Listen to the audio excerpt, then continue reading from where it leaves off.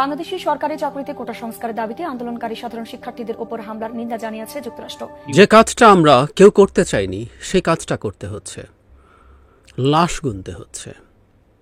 এর চেয়ে মর্মান্তিক কিছু আর হতে পারে না। সারা দেশে আমি এই মুহূর্তে যখন ভিডিও রেকর্ড করছি তখন অন্তত 5 জন শিক্ষার্থীর মৃত্যুর খবর এসছে আমাদের কাছে, তাদেরকে হত্যা করা হয়েছে। দর্শক, আজকে দিনভর দেশে এবং বিদেশে একজন আন্দোলনকারী যিনি নিহত হয়েছেন তার নাম নিয়ে আলোচনা হচ্ছে। তিনি হচ্ছেন আবু সাঈদ, রোকেয়া বিশ্ববিদ্যালয়ের ছাত্র এবং ইংরেজি। দর্শক, দেশ প্রবাস দূরে কিংবা কাছে বসে যারা আমাদের দেখছেন সবাইকে জানাচ্ছি আন্তরিকভাবে শুভেচ্ছা ও অভিনন্দন। দর্শক, ঠিক এই মুহূর্তে বাংলাদেশে কোটা আন্দোলন কঠিনভাবে রূপ নিয়েছে। আপনারা জানেন, গতকাল সাঈদ নামে একজন শিক্ষার্থী সে পুলিশের সামনে বুক পেতে দেওয়ার সাথে সাথে পুলিশ কিন্তু তাকে 5টি গুলি করে এবং সে জায়গায় মৃত্যুতে লুটিয়ে পড়ে। দর্শক, এই মৃত্যুতে দায়ী ওবায়দুল কাদেরের এমনই গবেষণায় জানা গেছে, এমনই রাজনৈতিক বিশ্লেষকরা বলছে। দর্শক, এই ওবায়দুল কাদের সাহেবের কঠিন অবস্থা করতে পারে যুক্তরাষ্ট্র। চলুন আমরা দেখে আসি কিভাবে ওবায়দুল কাদের উস্কানি দিয়ে পুলিশকে লেলিয়ে দিয়েছিলেন। তো দর্শক, কথা না বাড়িয়ে চলুন স্ক্রিনে এ বিষয়ে আপনার মতামত আমাদের জানাবেন। আপনাদের মতামত বরাবরের মতো আমাদের কাছে খুবই গুরুত্বপূর্ণ। তো চলুন স্ক্রিনে দেখে আসি সম্পূর্ণ ভিডিও। যে কাজটা আমরা কেউ করতে চাইনি সেই কাজটা করতে হচ্ছে, লাশ গুনতে হচ্ছে। এর চেয়ে মর্মান্তিক কিছু আর হতে পারে না। সারা দেশে আমি এই মুহূর্তে যখন ভিডিও রেকর্ড করছি তখন অন্তত 5 জন শিক্ষার্থীর মৃত্যুর খবর এসছে আমাদের কাছে, তাদেরকে হত্যা করা হয়েছে। চিটাগংয়ে 3 জন, ঢাকায় 1 জন এবং রংপুরে 1 জন। আরও অনেক গুলিবিদ্ধ মানুষ, ছাত্র শিক্ষার্থী আছে, সেটা আমরা দেখেছি। মানে এটা বাংলাদেশেই সম্ভব, একটা মগের মূল্যকেই সম্ভব। একেবারে অহিংস একটা নিয়মতান্ত্রিক আন্দোলন। কলেজ ভার্সিটির, আজকে তো কলেজ এবং স্কুলের শিক্ষার্থীরাও রাস্তায় নেমেছিল, তাদের উপরে এটা করা হয়েছে। এবং আমরা অনেকে অনুমান করছিলাম এমন কিছু হতে পারে, এবং যেভাবে ছাত্রলীগকে লেলিয়ে দেওয়া হয়েছে এটা একেবারে অনেক উঁচু জায়গা থেকে সিদ্ধান্ত নিয়ে কাজটা করা হয়েছে। এবং প্রেডিক্টেবলি তারা তাদের বল প্রয়োগের মাধ্যমে ভীতি তৈরি করার চেষ্টা করেছে, যেটা তাদেরকে ক্ষমতায় টিকিয়ে রাখবে বলে তারা বিশ্বাস করে। কি করবে, কি হবে, ডিফারেন্ট আলোচনা, আলাদা করে কথা বলবো। কিন্তু আমি একটা বিশেষ লাশকে নিয়ে, বিশেষ মৃত্যুকে নিয়ে কথা বলতে চাই। আমরা খেয়াল করেছে কিনা জানি না, রংপুরে কোটা আন্দোলনের সমন্বয়ক আবু সাঈদ মারা গেছেন, তাকে হত্যা করা হয়েছে। এটা পুলিশ হত্যা করেছে, আর বাকিগুলো সম্ভবত ছাত্রলীগের গুন্ডাদের গুলিতে মারা গেছে। পুলিশও আসলে একটা রাষ্ট্রীয় বাহিনীর পর্যায়ে নাই, ওটা গুন্ডায় পরিণত হয়েছে, সরকারের পেটোয়া বা লাঠিয়ালে পরিণত হয়েছে। আমি মন্তব্যে একটা ভিডিও দিয়েছি, এই ভিডিওটা কিছু অংশ চাইলে এখানে দিতে পারতাম, কিন্তু এটা দেই না আমি সাধারণত, কারণ এতে ভিডিওগুলোকে এজ রেস্ট্রিক্টেড করে দেয়, এতে সোশ্যাল মিডিয়ার অ্যালগরিদম এগুলো স্প্রেডিং কমে। আমি চাই আমার এই বক্তব্যটা সবার বা যত বেশি মানুষের সামনে সম্ভব পৌঁছুক। ভিডিওটা আপনারা দেখলে দেখবেন, আমরা কেউ কেউ সাঈদকে বোকা বলতে পারি, বোকাই তো, বোকা না হলে এত সাহস কারো হয়? পুলিশ গুলি করছে, সাঈদ সামনে দাঁড়াচ্ছে, হাত দুটো ছড়িয়ে দিয়ে দাঁড়াচ্ছে। ও একবার গুলি খেলো, তারপরও বোকা ছেলেটা পালালো না, ও থেকে গেল, একই ভঙ্গিতে আবার দাঁড়ালো। ওকে আবার গুলি করা হলো, ও লুটিয়ে পড়লো, ডিভাইডার পার হয়ে ওই পারে গেল। ভিডিওটা দেখবেন। যখন তাকে তুলে নিয়ে যাওয়ার চেষ্টা করা হচ্ছে তখন ও যেতে চাইছে না। কি বোকা মনে হয়, আমাদের যে কারোই মনে হবে। কিংবা ছেলেটা ভেবেছিল এইভাবে আমি নিরস্ত্র এবং একেবারেই কোনো রকম কোনো আক্রমণাত্মক ভঙ্গি ছাড়া যদি দাঁড়াই, এটাতে মনে হয় পুলিশ গুলি করবে না। কিন্তু ওই যে বললাম, বোকা। ওই দেশে পুলিশকে চেনে নাই, মনে করে নাই, বোঝে নাই, ভাবে নাই। এমনকি প্রথম গুলির পরও সে সরে যায় নাই। আমরা এই একটা মৃত্যু নিয়ে খুব আলাদাভাবে কথা বলা দরকার। কেন কথা বলা দরকার? আমি বেশ কিছুদিন আগে, আমি যখন এই চ্যানেল শুরু করেছি তার কিছুদিনের মাথায়, আজ থেকে 1.5 বছর বা 1.25 বছর আগে একটা ভিডিও দেখিয়েছিলাম, যেখানে কোনো একটা ঘটনায় পুলিশ পেটাচ্ছিল লোকজনকে, যেখানে একটা ভবনের একটা কোনায় কয়েকজন আটকা পড়ে এবং পুলিশ গিয়ে তারা একেবারেই পর্যদস্ত অবস্থায় আছে, তাদেরকে পিটিয়েছিল। আমি পেটানো নিয়ে কথা তুলেছিলাম। পুলিশ বল প্রয়োগ করার সক্ষমতা সম্পন্ন একটা রাষ্ট্রীয় বাহিনী, সে বল প্রয়োগ করতে পারে। সেখানে লাঠিচার্জ থেকে শুরু করে বিভিন্ন রকম অস্ত্র সে ব্যবহার করতে পারে। টিয়ার গ্যাস পারে, সাউন্ড গ্রেনেড পারে, শটগানের গুলি যেগুলোকে আমরা ছররাগুলি বলি, এমনকি সে প্রাণঘাতী অস্ত্র ব্যবহার করতে পারে প্রয়োজনে। কিন্তু একেবারে অপ্রয়োজনে একটা লাঠির বাড়িও পুলিশ কাউকে দিতে পারে না। সরি, পুলিশ কোনো গুন্ডা বাহিনী না, পুলিশ মগের মুলুকের কেউ না। ও রাষ্ট্রীয় বাহিনী, রাষ্ট্রীয় পোশাক পরে, জনগণের ট্যাক্সের টাকায় তার বেতন হয়, অস্ত্র কেনা হয়। সুতরাং কোন ঠাসা কাউকেও লাঠির বাড়ি দিয়েছেন? আপনি লাঠির বাড়ি যদি প্রয়োজন হয়, রাস্তা ক্লিয়ার করতে চেয়েছেন, দিলেন। এটা কি কাউকে ছত্রভঙ্গ করা জরুরি মানে দিলেন? যে মানুষটাকে আটক হয়ে যাওয়ার জায়গায় এসছে, তাকে প্রয়োজন হলে আপনি গ্রেফতার করতে পারেন, আপনি তাকে পেটাতে পারেন না। না, আমরা আমাদের সোসাইটিতে এই কথাগুলো বুঝি না। আমরা মনে করি পুলিশ পেটাতেই পারে যে কোনো পরিস্থিতিতে, ধরে নিয়ে গেলে তো কথাই নেই। আর এখানে সাঈদ যখন একেবারে নিরস্ত্র অবস্থায়, এক ধরনের তারুণ্যের উচ্ছ্বাস, সে হাত দুদিকে সরিয়ে বুক চিতিয়ে দাঁড়িয়েছে। ও তো কোনো আক্রমণ করছিল না, পুলিশকে কিচ্ছু করছিল না। ও দুহাত দুদিকে ছড়ানো, কোনো রকম কোনো হুমকি কিছু নাই। তাকে ঠান্ডা মাথায় গুলি করে হত্যা করেছে পুলিশ। এই দেশের পুলিশ কোন জায়গায় চলে গেছে, আওয়ামী লীগ পুলিশকে কোন জায়গায় নিয়ে গেছে, এই ভিডিওটার এই অংশটা, এই মৃত্যুটা, এই লাশটা খুব ক্লিয়ারলি সাক্ষ্য দেয়। এই একটা ডেথ নিয়ে আমরা প্রতিটা ডেথ নিয়ে শোরগোল করব, প্রতিটা নিয়ে। একটা কথা মনে রাখতে হবে, ছাত্রলীগের গুন্ডারা কাউকে হত্যা করা, রাষ্ট্রীয় বাহিনী হত্যা করার মধ্যে ডিফারেন্স আছে। রাষ্ট্রীয় বাহিনী একটা জুরিসডিকশন, একটা ল, কনস্টিটিউশন, এগুলোর অধীনে কাজ করে। ওর হাতে বন্দুক আছে বলে যাকে তাকে যখন তখন গুলি করে দেওয়া যাবে, এই ফাজলামো আমরা মানি না। আমি অনেকদিন একটা কথা বলেছি, এই ধরনের আন্দোলনে ছাত্রলীগ আওয়ামী লীগ যখন বলে তারা দেখে নেবে, তারা কন্ট্রোল করবে সবকিছু, স্ট্রংলি প্রটেস্ট করেছি। আমি বলেছি যদি তেমন কিছু হয়, তেমন দায়িত্ব যদি কারো উপরে আইনগতভাবে থাকে, সেটা হচ্ছে রাষ্ট্রীয় আইন শৃঙ্খলা রক্ষাকারী বাহিনী, পুলিশের সেই দায়িত্ব, সে সক্ষমতা, সে আইনের মাধ্যমে তাদেরকে দেওয়া হয়েছে। কিন্তু পুলিশও আইনের মধ্যে কাজ করতে হবে, জাস্ট একটা তৃতীয় শ্রেণীর গুন্ডা বাহিনীর মতো কাজ করতে পারে না।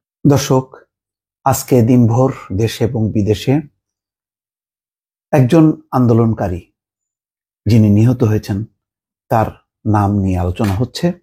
তিনি হচ্ছেন আবু সাঈদ, রোকেয়া বিশ্ববিদ্যালয়ের ছাত্র এবং ইংরেজি বিভাগের তিনি পড়াশোনা করতেন।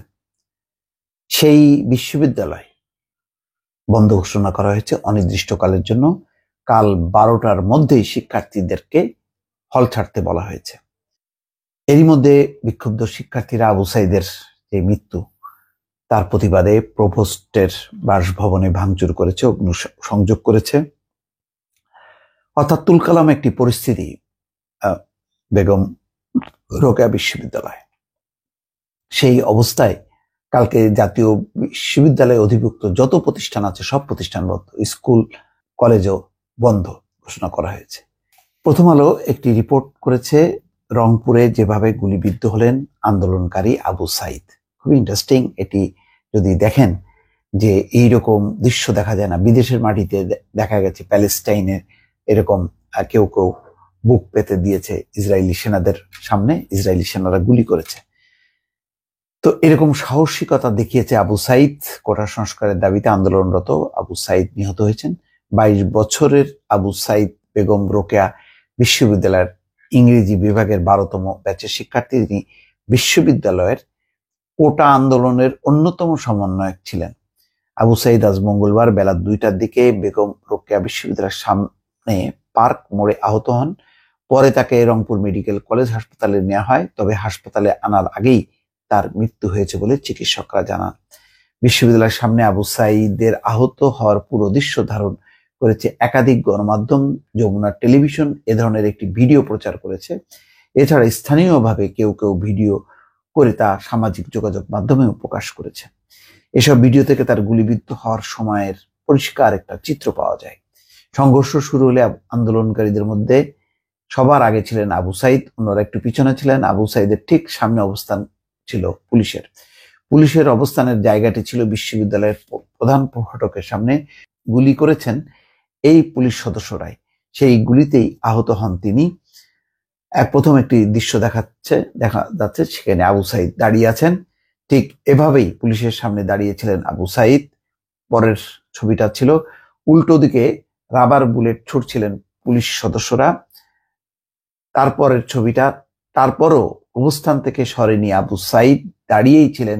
তার হাতে ছিল একটা লাঠি, তিনি সেই লাঠি দিয়ে রাবার বুলেট ঠেকানোর চেষ্টা। সম্মানিত দর্শক, কোটা বিরোধী আন্দোলন বা কোটা সংস্কার আন্দোলন, যেটি এই 2024 সনের জুলাই মাসে সারা বাংলাদেশকে উত্তাল করে তুলেছে, এটি ক্রমশ জটিল থেকে জটিলতর, কুটিল থেকে কুটিলতর, এবং ইংরেজিতে যেটিকে বলা হয় কমপ্লেক্স।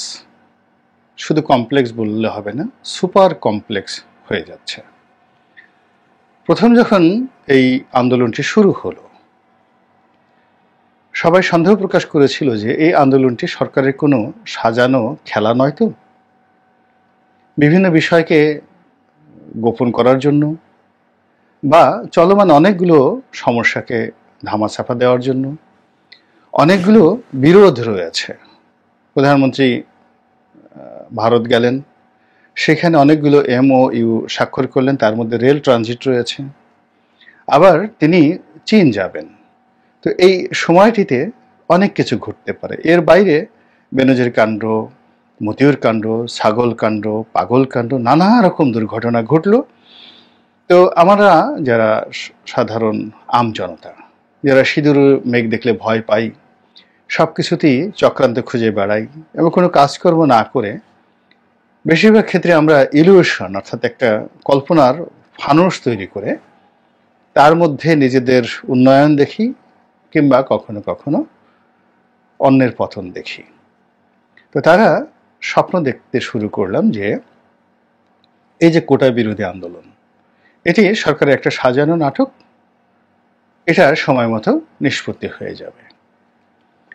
কিন্তু বাস্তবে দেখা গেল যে এটি সেভাবে নিষ্পত্তি হচ্ছে না, বরং ডে বাই ডে এটি এমন একটা জটিল অবস্থায় চলে গিয়েছে। যদি এটা নিয়ে কেউ খেলে থাকেন বা এটি নিয়ে কোনো নাটক সৃষ্টি করার চেষ্টা করে থাকেন বা এটি নিয়ে যদি কেউ মিস হ্যান্ডেলিং করে থাকেন, এটি নিয়ে ইংরেজিতে যে দুটো শব্দ রয়েছে, disinformation and misinformation, dismanagement এবং মিস ম্যানেজমেন্ট, এ যা কিছুই ঘটুক না কেন, অর্থাৎ ইচ্ছাকৃত ভুল হোক, ইচ্ছাকৃত অপরাধ হোক বা ইচ্ছাকৃত অব্যবস্থাপনা হোক, অথবা কৌশলগত ইন্টেনশনালি কোনো কিছু করা হোক না কেন, আলটিমেটলি এটি এখন এই মুহূর্তে নিয়ন্ত্রণের বাইরে চলে গেছে। আমি সেই যে যুদ্ধ অপরাধের যে বিচার, সেই বিচার ইসলামী ব্যাংকে সেই রাষ্ট্রের যারা অলিগার তাদের অধীনে নেওয়া, এই বিষয়গুলো খুব ক্লোজলি দেখেছি। যে সময়টিতে এস আলম গ্রুপ এই ইসলামী ব্যাংক নিয়ে নিল কিংবা 21শে টেলিভিশন নিয়ে নিল, ওই সময়টাতে আমি সরকারের খুব ঘনিষ্ঠ জন ছিলাম। মূলত সরকারের যারা কর্তা ব্যক্তি তখনও এই বিষয়গুলো নিয়ে এতটা হিসাব করতে পারেনি, এবং যারা বুদ্ধি দিয়েছেন এই সকল কর্মকাণ্ড করার জন্য, তারা সরকারের কোনো গুরুত্বপূর্ণ ব্যক্তি ছিলেন না এবং কোনো বুদ্ধিমান লোকও ছিলেন না। আমি তাদেরকে চিনতাম, একেবারে খুবই নিম্নমানের কয়েকজন আমলা এবং তাদের সাথে সম্পৃক্ত কয়েকটি সংস্থার গুরুত্বপূর্ণ ব্যক্তি, যারা জামায়াত ইসলামকে অর্থনৈতিকভাবে ধ্বংস করার জন্য ইসলামিক ফাউন্ডেশনকে ব্যবহার করে ইসলামী ব্যাংক, জাকাত ব্যবস্থা এবং অন্যান্য বিষয়ের মধ্যে যে একটা পরিবর্তন আনার চেষ্টা করেছেন, সেখানে এস আলমকে কিভাবে যে টেনে আনা হলো এবং কার মাধ্যমে আনা হলো, এই জিনিসটি আমার কাছে এখনো খুব রহস্যজনক মনে হয়। যেমন আজিজ খান ধরেন, আজিজ খান সামিদ গ্রুপ, তার বড় ভাই ফারুক খান আওয়ামী লীগের রাজনীতির সঙ্গে জড়িত। সালমান এফ রহমান সাহেবের কথা চিন্তা করেন, তার সঙ্গে শেখ কামালের বন্ধুত্ব এবং প্রধানমন্ত্রী শেখ হাসিনার পারিবারিক সম্পর্ক। কিন্তু এস আলমের সঙ্গে কি সম্পর্ক? এখন পর্যন্ত কেউ কিন্তু স্পষ্টভাবে বলতে পারছে না কারা আনলো, কিভাবে সে গণভবনে ঢুকে গেল এবং কিভাবে এখন রাষ্ট্রের সব কিছু এখন বলতে গেলে এই এসালামের যে ফাইন্যান্সিয়াল ম্যানেজমেন্ট সেই ম্যানেজমেন্টের মধ্যে পড়ে গেছে। তো সেই যে জামাত ইসলামী নিধন, জঙ্গি নাটক এবং যুদ্ধাপরাধের বিচার সব মিলিয়ে যখন একসঙ্গে অনেকগুলো ঘটনা ঘটলো এবং তার পথ ধরে যখন হেফাজত এলো, তার পথ ধরে যখন গণজাগরণ মঞ্চ এলো, তখন সরকার ইচ্ছা করলেও সেই কাদের মোল্লাকে ফাঁসি থেকে কিন্তু বাঁচাতে পারেনি। সরকার চেষ্টা করলেও তখন সাইদি সাহেবের যে বিচার, সেই বিচার প্রক্রিয়াকে সে বাধাগ্রস্ত করতে পারেনি। এবং যেদিন পার্লামেন্টে এই যুদ্ধাপরাধীদের বিচারের যে বিলটি উত্থাপিত হলো এবং যেটি একেবারে সর্বসম্মতিক্রমে তৎকালীন দর্শক দেখলেন খুবই গুরুত্বপূর্ণ প্রতিবেদন, খুবই গুরুত্বপূর্ণ কিছু আলোচনা সমালোচনা আপনাদের সামনে তুলে ধরেছিলাম। দর্শক, গতকাল গিয়েছে বাংলাদেশের একটি কালো একটা দিন, রাজনৈতিক বা শিক্ষার্থীদের জীবনে একটি কালো একটি অধ্যায় গতকাল পার হয়ে গিয়েছে। দর্শক, এতক্ষণ দেখছিলেন কয়েকজন বিশিষ্ট রাজনৈতিক বিশ্লেষকের মুখ থেকে সাঈদ হত্যার সাথে যারা জড়িত তাদের নাম সহ ঠিকানা সবকিছু আপনারা জেনেছেন। বাকি যে খুনগুলো করেছে, হত্যাগুলো করেছে, সেগুলো কিন্তু ছাত্রলীগ করেছে। এই একটা গুলির খবর পাওয়া গেছে যেটা পুলিশ করেছে। দর্শক, এই বিষয়ে আপনাদের মূল্যবান মতামতকে অবশ্যই জানান এবং পরবর্তী আপডেট জানতে চ্যানেলটি সাবস্ক্রাইব করে রাখুন। ধন্যবাদ।